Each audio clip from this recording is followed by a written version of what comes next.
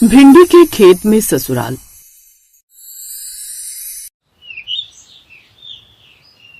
ये भिंडी का खेत मेरी ससुराल है। वो सामने जो छोटी सी झोपड़ी है खेत में, शादी के बाद क्या मैं उस घर में रहने वाली हूँ? बिल्कुल नहीं, मैं तो कभी भी इस घर में शादी नहीं कर सकती। मेरी ससुराल भिंडी के खेत में नहीं होगी। मैंने ऐसे सपने कभी नहीं देखे थे। पर दीदी, अगले हफ्ते आपकी शादी है, ऐसे अचानक मना कर रही हो? आप जानती हो ना पिताजी की गोपाल ने कितनी मदद की है। जब गुंडे पिताजी से कर्जा मांगने आए थे तब गोपाल ने अपनी जोड़ी हुई जमा पूंजी देकर पिताजी की मदद की थी। अब गोपाल के पास सिर्फ ये भिंडी का खेत ही बचा है। गोपाल के आधार को देखते हुए पिताजी ने आपकी शादी तय की ताकि आप खुश रहो। अरे खुश मैं खाक रहूंगी, इस भिंडी के खेत में रहते हुए मैं खुद भिंडी बन जाऊंगी। समझ ही नहीं आ रहा क्या करूं। मेघा दीदी, कहीं गोपाल के परिवार वाले झोपड़ी से बाहर ना आ जाए। किसी ने हमें देख लिया तो अच्छा नहीं लगेगा। 2 दिन बाद आप दुल्हन बनने वाली हो, आपको यहीं आना है। लोग कहेंगे कि होने वाली बहू शादी से पहले यहाँ ससुराल के आसपास घूम रही है। चलो घर चलते हैं। मेघा और गौरी दोनों सगी बहनें थी। मेघा बड़ी और गौरी छोटी। मेघा के सपने बहुत ऊंचे थे। उसे गांव में नहीं रहना था, उसे तो हीरोइन बनना था। रूपा, मुझे अपने भाई का पता दे दे, मैं कल ही मुंबई निकल जाऊंगी। मुझे उस भिंडी के खेत में रहकर सारी जिंदगी भिंडी नहीं बनानी। मुझे फिल्मों में आना है, बड़ी हीरोइन बनना है, बड़े पर्दे पर आना है। चिंता मत कर, मैंने जग्गू भैया से बात कर ली है। वो तुझे मुंबई रेलवे स्टेशन पर मिल जाएंगे। कल की गाड़ी है शहर से, तो सुबह सुबह निकल जाना। और हाँ, साथ में कुछ रुपए और जेवर भी लेती जा। ये ले नया मोबाइल, जग्गू भैया ने भिजवा दिया है। अब तू इसी मोबाइल से भैया से बात करती रहना। यहाँ मैं सब संभाल लूंगी।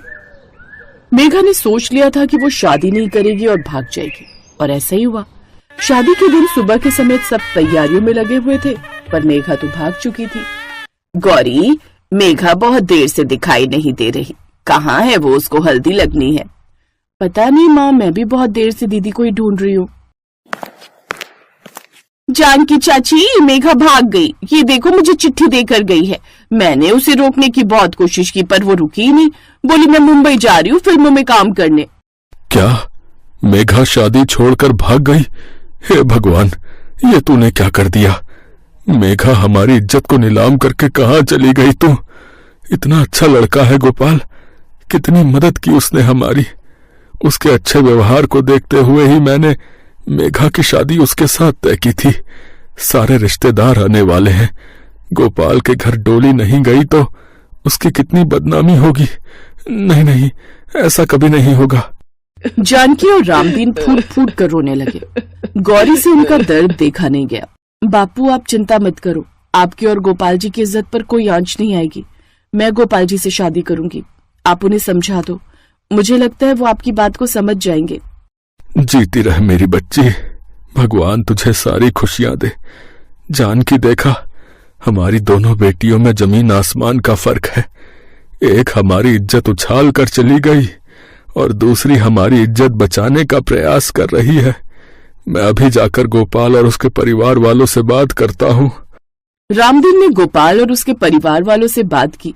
गोपाल और उसके परिवार वाले बहुत अच्छे थे।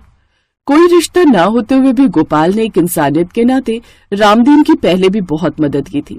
अब जब ऐसी दुविधा आ गई जिसमें रामदीन भी कुछ नहीं कर सकता था, तो गोपाल ने गौरी के साथ शादी करने के लिए हाँ कह दी।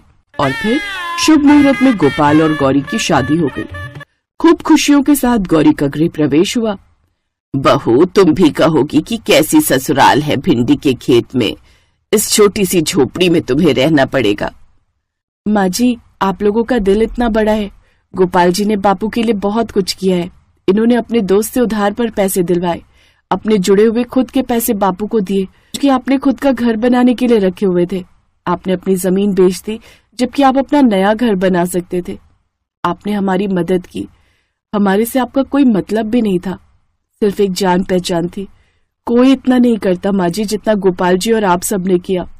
गौरी, तुम हमारे घर में लक्ष्मी का रूप लेकर आई हो और मैं जानती हूँ तुम्हारे कदम पड़ते ही हमारे घर में सुख समृद्धि अपने आप आ जाएगी।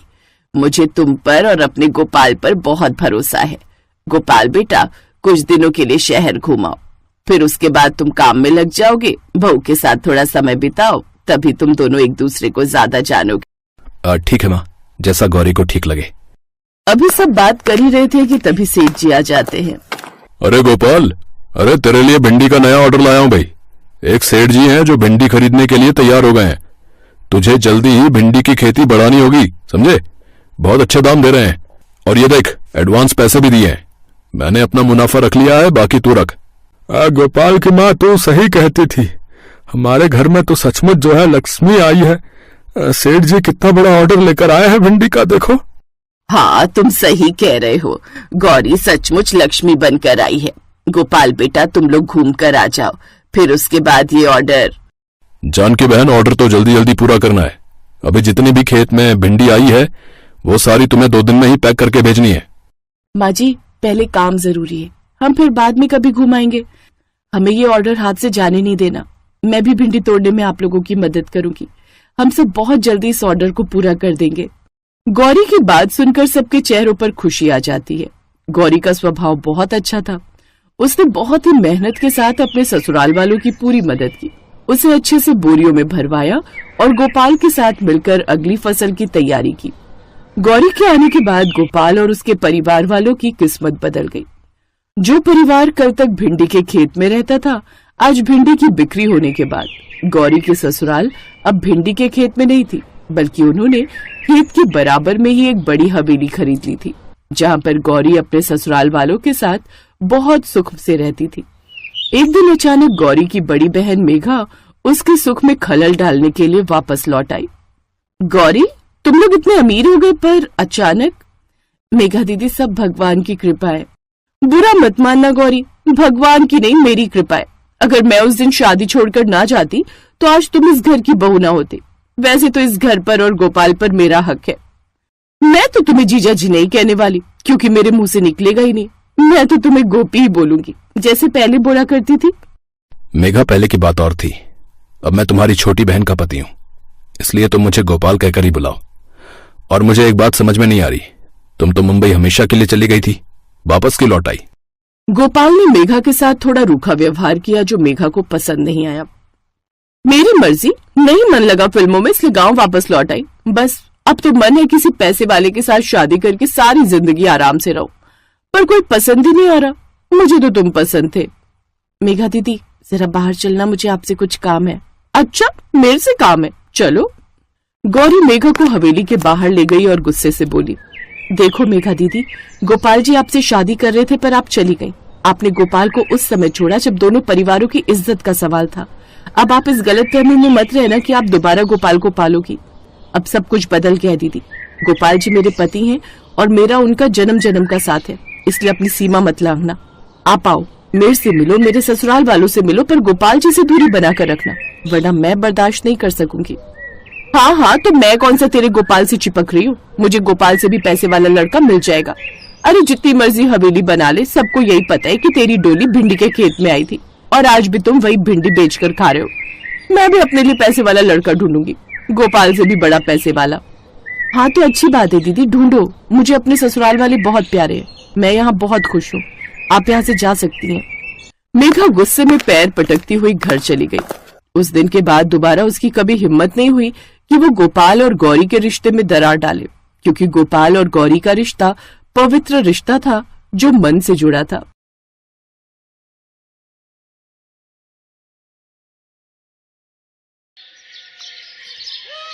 हाय, मेरा बचपन से सपना था कि जब मैं सुबह सोकर उठूं तो सामने नदी में समुद्र या झील दिखे, लेकिन यहाँ तो खिड़की खोलते ही जग्गू हलवाई की दुकान दिखती है और उसकी दुकान में भिन भिनाती है मक्खियों का झुंड। बेटी उठ गई तो चल अब नहा भी ले, देख सूरज सर पर आ गया है। सूरज का तो पता नहीं, लेकिन ये जग्गू हलवाई अपनी बड़ी बड़ी मूछें लिए जरूर सामने खड़ा है। माँ, तुम्हें कितनी बार कहा है सुबह सुबह ये खिड़की मत खोला करो, इसे ऐसे खोल देती हो जैसे सामने गोवा का समुंदर बह रहा हो। तू दुखी मत हो बेटी, तेरे लिए ऐसा ससुराल ढूंढ के लाया हूं जिसके सामने समुद्र तो नहीं, लेकिन यमुना जरूर बहती है और बहुत बड़ा मकान है उनका। देखोगी तो खुश हो जाओगी। सच में पापा? हाय, आज तो मैं बहुत खुश हूँ। नदी और उसके सामने मेरा घर, वाह वाह वाह वाह वाह। लेकिन कौन है, कहाँ रहते हैं, कुछ तो बताइए। सब पता चल जाएगा भाग्यवान। पहले तुम दोनों जल्दी से तैयार हो जाओ, हम आज ही लड़के के घर जाएंगे, क्योंकि उसके पिताजी के पैर में चोट आ गई है, इसलिए उन्होंने हमें ही अपने घर बुलाया है। इसी बहाने सोनल भी अपना नया घर देख लेगी। कुछ देर बाद वो सभी लड़के वालों के घर पहुंच जाते हैं। घर सच में बहुत बड़ा होता है। वाह वाह, कितना बड़ा और सुंदर घर बना रखा है। तभी लड़के के पिता उससे बोले, वो क्या है ना बहन जी, पहले तो ये थोड़ी जगह मेरे पिताजी को मिली थी, लेकिन फिर परिवार आगे बढ़ता रहा तो घर भी और आगे बढ़ता रहा। बहन जी, आप यूं समझ लीजिए कि ये सारा घर हमारा ही है। क्या हमारा है? सारा तो अवैध कब्जा कर रखा है। तुम चुप करो जी, अगर हम नहीं करेंगे तो कोई और कर लेता, और वैसे भी कुछ सालों में तो सरकार इसे वैध कर ही देगी। उधर सोनल उदित के साथ ऊपर वाले कमरे का व्यू देखकर खुश हो रही थी। देखो क्या मस्त व्यू दिखता है हमारे कमरे से। अरे लोग तो मरते हैं शहरों में ये गोवा वाली फीलिंग लेने के लिए। बिल्कुल सही कहा जी, मुझे तो ये रिश्ता मंजूर है। क्या मैं आपको पसंद हूँ? आप भी मुझे बहुत पसंद हैं। दोनों शादी के लिए हाँ कर देते हैं, लेकिन घर आकर सोनल के मम्मी पापा इस रिश्ते के लिए तैयार नहीं थे। तुमने देखा ना कि उन लोगों ने कैसे यमुना जी पर कब्जा किया हुआ है। मुझे कुछ नहीं पता, मैं तो उसी घर में जाऊंगी। आई बड़ी उसी घर में जाऊंगी। यहाँ तो तेरे एक बाल्टी पानी ही उठाने में हाथ दुखते हैं। भगवान न करे अगर कभी वहां पानी भर गया तो तू इतना पानी कैसे निकालेगी? हाँ, लेकिन सोनल उनकी एक नहीं सुनती। उसे तो बस वही कमरा चाहिए था जहां से रिवर व्यू दिखे। फिर बच्चों की जिद के आगे माँ बाप को झुकना ही पड़ता है। और फिर उदित और सोनल की शादी हो जाती है। अरे बहू, अब नीचे भी आ जा। सारा दिन कमरे में बैठी बैठी बस ये रिवर व्यू ही देखती रहती है। इस कमरे से व्यू कितना सुंदर लग रहा है। यहाँ तो मुझे ऐसा लग रहा है जैसे मैं गोवा के होटल रूम में हूँ। पर काश यहाँ रूम सर्विस भी हो जाती। फिर सोनम घर के कामकाज में लग जाती है। अगले दिन उसकी सास उसे अपने साथ यमुना घाट पर कपड़े धोने ले जाती है। वाह, कितना मजा आ रहा है। कपड़े धोने के बाद वो सारा साबुन वाला गंदा पानी यमुना नदी में बहा देती है। तभी कुछ बच्चे जो वहां खेल रहे थे वो उनसे कहते हैं, छी, ये आप क्या कर रहे हो? आपने इसे गंदा क्यों कर दिया? ये अच्छी बात नहीं है। अरे जा जा, आया बड़ा। तभी अचानक से बादलों की तेज गड़गड़ाहट शुरू हो जाती है और दोनों सास बहू घर आ जाती हैं। हे भगवान, ये बारिश तो बहुत तेज हो रही है। हाँ, मजा आ रहा है ना? आप रुकिए, मैं आपके लिए गर्मा गर्म पकौड़े और चाय बना कर लाती हूँ। फिर रिवर व्यू में पड़ रही बारिश को बड़े मजे से देखेंगे। इसी तरह अगला दिन शुरू हो जाता है, लेकिन बारिश रुकने का नाम ही नहीं लेती। एक तरफ जहाँ बहू बारिश के मौसम के व्यू के मजे ले रही थी, तो वहीं दूसरी तरफ उसकी सास और ससुर परेशान थे। देखो जी, ये बारिश तो 2 दिन से रुकने का नाम ही नहीं ले रही। याद है ना, आज से 20 साल पहले जो हुआ था? हाँ हाँ याद है। यही सोचकर तो जी घबरा रहा है। तुमसे मैंने पहले ही कहा था यमुना नदी के घर में मत घुसो, लेकिन तुमने मेरी एक ना सुनी। अब तुम उसके घर में घुसोगी तो वो भी तो तुम्हारे घरों में घुसेगी। तुम चुप करो जी। सोनल उनकी बातें सुन रही थी, लेकिन उसे कुछ समझ ही नहीं आ रहा था कि ये हो क्या रहा है। तभी फोन की घंटी बजती है। सोनल बेटा, ठीक तो हो ना? नहीं पापा, यहाँ तो बहुत मजा आ रहा है। आपको पता है, यमुना जी पहले अपने घर से 200 मीटर की दूरी पर थी, लेकिन अब वो सिर्फ 50 मीटर की दूरी पर ही रह गई है। तब तो बेटा वो पानी कल तक तुम्हारे घरों में भी आ जाएगा। तुम्हें आज ही वहां से निकलना होगा। ये सुनकर सोनल परेशान हो जाती है। इसके बाद उसकी सास उससे कहती है, जल्दी से सारा सामान बांधकर ऊपर वाले कमरे में रख दो, यहाँ कभी भी पानी भर सकता है। वो सभी मिलकर सारा सामान ऊपर वाले कमरे में रख देते हैं कि तभी नीचे पानी घर के अंदर आ जाता है। सोनल और वो सभी पानी बाल्टी से भरकर बाहर फेंक रहे होते हैं कि तभी एक लंबा सा सांप पानी में आ जाता है। सांप, सांप! वो भागते हुए सीढ़ियों पर चढ़ जाती है। ये कहाँ फंस गई मैं? इससे अच्छी तो जग्गू हलवाई की दुकान थी। भले ही वहां मक्खियों का ढेर दिखता था, लेकिन इस तरह सांप तो नहीं आता था। तभी उनके घर बचाव दल के लोग आते हैं। जल्दी से यह घर खाली करो, यमुना कभी भी अपना प्रकोप दिखा सकती है। सभी जल्दी से घर से बाहर निकलते हैं और कुछ ही देर में उनका मकान बाढ़ के पानी में बह जाता है। ये क्या, हमारा घर सारा सामान बाढ़ में बह गया। अब हम कहाँ जाएंगे? ये क्या हो गया, हम बर्बाद हो गए। पापा, मम्मी। तभी सोनल डूबते हुए घर की तरफ भागती है, लेकिन उसका पति उसे पकड़ लेता है। मेरी शादी की सीडी, एल्बम, मेरी शादी का जोड़ा और मेरे गहने। सोनल जान है तो जहान है, छोड़ो अब वो सब।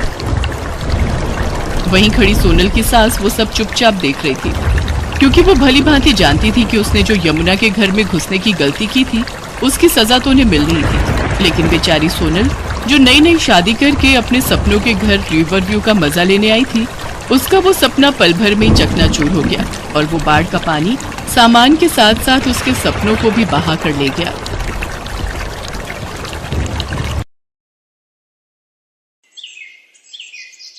किशनपुर गांव में राघव नाम का एक व्यक्ति अपनी मां गोमती और बहन सुधा के साथ रहता था।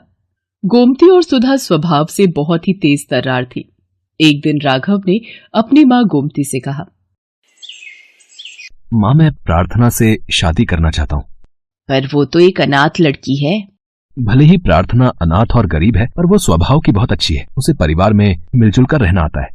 माँ, भैया ठीक ही तो कह रहे हैं। आपको भी तो ऐसी ही बहू चाहिए थी जो आपकी और इस घर की देखभाल करे। भैया आप चिंता मत करो, माँ इस शादी के लिए मना नहीं करेंगी। आखिर वो आपसे कितना प्यार करती हैं। ये हुई ना प्यारी बहनों वाली बात। अच्छा, मैं अभी बाजार होकर आता हूँ, फिर साथ में बैठकर कुछ अच्छा खाएंगे। तूने मुझे रोका क्यों? गरीब अनाथ लड़की को भला मैं अपने घर की बहू कैसे बना लूं? माँ, तुम समझती नहीं हो, थोड़ा तो दिमाग लगाया करो। आप बहुत समय से कह रही थी ना कि आपको इस घर में नौकरानी चाहिए, तो समझ लो कि नौकरानी आ रही है। दोनों बैठकर आराम से मजे उड़ाएंगे और भाभी काम करेगी। मेरी बेटी कितनी समझदार हो गई है। आखिर गई तो तू मुझ पर ही है ना। चल ठीक है, आने दे इस नौकरानी को घर में। अच्छे से काम ना निकाला तो मेरा भी नाम गोमती नहीं। राघव प्रार्थना से शादी कर लेता है। प्रार्थना बहुत ही सुंदर थी और स्वभाव की बहुत ही अच्छी। न जाने कितने अरमान लेकर प्रार्थना शादी करके ससुराल आई थी, पर उसे नहीं पता था कि उसकी सास और ननद उसके साथ नौकरानियों जैसा व्यवहार करेंगी। क्या हुआ माँ, खाना लाने में इतनी देर कैसे लगा रही हो? मुझे काम पर जाना है, देर हो रही है। मैंने प्रार्थना बहू को मना किया था कि तू अभी रहने दे, अभी तुझे रसोई के बारे में कुछ भी नहीं पता, पर उसने भी जिद कर ली थी। मैं देख कर आती हूँ कि वो क्या कर रही है। माँ जी, मैं बस खाना लाई रही थी। आपने कटहल की सब्जी बोली थी ना, तो उसे साफ करने में समय लग गया। लाओ मुझे दे दो, मैं राघव को दे देती हूँ। तुम थोड़ी देर कमरे में जाकर आराम कर लो। क्या हुआ माँ, खाना तुमने बनाया है? हाँ, वो कटहल की सब्जी तुझे पसंद है ना, पर वो प्रार्थना बहू को बनानी नहीं आती, इसलिए मैंने ही बना दी। चल बैठकर खा ले। अरे वाह माँ, कटहल की सब्जी तो तुमने बहुत ही स्वादिष्ट बनाई है। अच्छा, मैं काम पर जा रहा हूँ। राघव काम पर चला जाता है। गोमती और सुधा इसी तरह प्रार्थना से नजरें बचाकर राघव से झूठ बोलती थी। गोमती और सुधा को तो बस इसी मौके का इंतजार था। वो दोनों सीधे प्रार्थना के कमरे में जाती हैं। ओ महारानी, बहुत हुआ आराम, चल अब काम पर लग जा। पर माँ जी, मैंने तो रसोई का सारा काम समेट लिया, अभी तो कोई काम ही नहीं बचा है। देखा माँ, इसकी तो जुबान भी निकल आई है। जैसा मैंने कहा है वैसा करो चुपचाप। कपड़ों का ढेर लगा हुआ है, पहले वो धो लो और उसके बाद रसोई में बर्तन पड़े हैं, वो भी करने हैं। चलो माँ, कर लेगी अपने आप, नहीं करेगी तो करवाना हमें आता है। बेचारी प्रार्थना सारा दिन घर के काम करती रही। गोमती और सुधा इसी तरह प्रार्थना पर अत्याचार करती रहती थी, पर बेचारी प्रार्थना किसी से भी कुछ नहीं कहती थी। वो चुपचाप सारे काम कर लेती थी। प्रार्थना, तुम्हें यहाँ किसी चीज की कोई कमी तो नहीं है ना? तुम मेरे साथ विवाह करके खुश तो हो ना? अगर मैंने इनसे माँ जी और सुधा दीदी के लिए कुछ भी कहा तो ये मेरी बातों पर विश्वास नहीं करेंगे। मेरा चुप रहना ही ठीक है। नहीं नहीं, मुझे यहाँ पर कोई परेशानी नहीं है। माँ जी और सुधा दीदी मेरा बहुत ख्याल रखती हैं। बेचारी प्रार्थना अपने पति से भी इस बारे में कुछ नहीं कह सकती थी। एक दिन प्रार्थना जब चाय छान रही थी तो उसके हाथ पर गरम गरम चाय गिर गई, जिसकी वजह से उसका हाथ जल गया। अरे, अब तुम्हारा तो पूरा हाथ जल गया है। चलो मैं तुम्हें डॉक्टर के पास ले चलता हूँ। डॉक्टर के पास जाने की जरूरत नहीं है, मैंने बर्फ लगा ली है, कुछ ही देर में ठीक हो जाएगा। अरे तू क्यों चिंता करता है, मैं और सुधा हैं यहाँ इसका ध्यान रखने के लिए। तुझे जरूरी काम से दूसरे गांव जाना है ना, फिर तुझे आने में रात हो जाएगी। माँ जी ठीक कह रही हैं, आप अपने काम से जाइए, आपका जाना जरूरी है। ठीक है, फिर मैं जाता हूँ, तुम अपना ध्यान रखना, ठीक है? राघव को गए अभी कुछ ही देर हुई थी कि अचानक सुधा आई और गोमती से बोली, माँ अब रसोई का काम कौन करेगा? इसने तो हाथ जला लिया है। मेरी सहेलियां आ रही हैं, मैं उन्हें क्या खिलाऊंगी? अरे तू चिंता क्यों करती है, यही बनाएगी खाना सबके लिए। और वैसे भी राघव रात तक वापस नहीं आने वाला, तो उसको कुछ पता ही नहीं चलेगा। और अगर इसने अपनी जुबान खोली तो फिर ये नहीं जानती मैं इसका क्या हाल करूंगी। प्रार्थना रोती जा रही थी और सारा काम कर रही थी। उसने अकेले ही ढेर सारा खाना बनाया और सबको खिलाया। प्रार्थना का मन बहुत दुखी था और उसके हाथ में भी दर्द था। जब सुधा गोमती के साथ अपनी सहेलियों में व्यस्त थी, प्रार्थना रोती हुई चुपचाप घर से चली गई और रोती हुई दूर एक नदी के किनारे जाकर बैठ गई। मैं क्या करूं भगवान, मेरे ऊपर इतने अत्याचार हो रहे हैं, मुझे कुछ समझ नहीं आ रहा। मैं अपना दुख किसे कहूं? प्रार्थना फूट फूट कर रो ही रही थी कि तभी नदी में से एक देवी प्रकट होती है। तुम रो मत बेटी, तुम अपना दुख मुझे कह सकती हो। आप कौन है? बेटी, मैं नदी की देवी हूँ, तुम मुझे माँ कह सकती हो।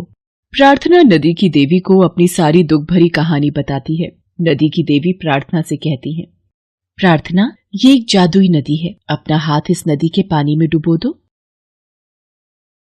माँ, मेरा हाथ बिल्कुल ठीक हो गया। अब तुम्हें चिंता करने की कोई जरूरत नहीं है। जो भी तुम्हें रुलाएगा तुम्हारे आंसुओं की नदी में बह जाएगा। अब तुम बिना घबराए घर जाओ। प्रार्थना घर आ जाती है, पर तब तक राघव भी घर आ चुका था। देखा राघव बेटा, सारा घर का काम छोड़कर ये घूमने चली गई। मैंने और सुधा ने मिलकर ही सुधा की सहेलियों के लिए सारा खाना बनाया। अरे हमने तो इससे इतना कहा था कि तेरा हाथ जला हुआ है तो तू आराम कर ले। हमने इससे काम करने के लिए थोड़ी कहा था जो ये चुपचाप हमें बिना बताए चली गई। ये सब क्या देख रहा हूँ प्रार्थना, तुम्हें माँ और सुधा से क्या परेशानी है? भैया, ये तो हम दोनों से ही जलती हैं। जिस दिन से ये आपके साथ शादी करके आई है, ये हमें एक आंख पसंद नहीं करती।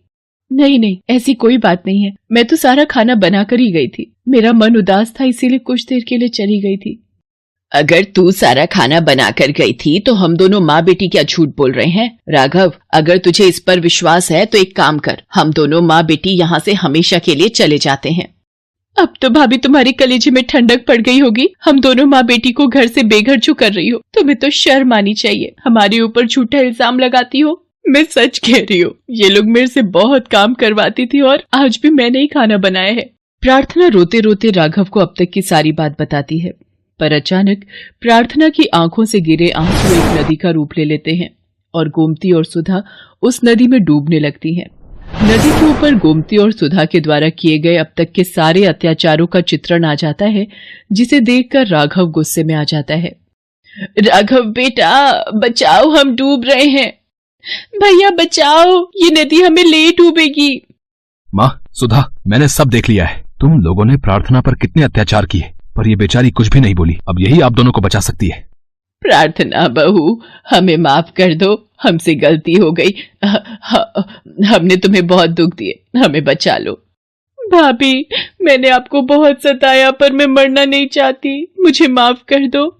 हे नदी की देवी, ये जैसी भी है मेरी माँ समान सास और मेरी बहन समान ननद है, इन्हें माफ कर दो। इनकी तरफ से मैं माफी मांगती हूँ। ठीक है प्रार्थना, अगर तुम चाहती हो तो मैं इन दोनों को माफ कर देती हूँ। तुम सदैव अपने परिवार के साथ खुशी से जीवन यापन करो, मेरा आशीर्वाद तुम्हारे साथ है।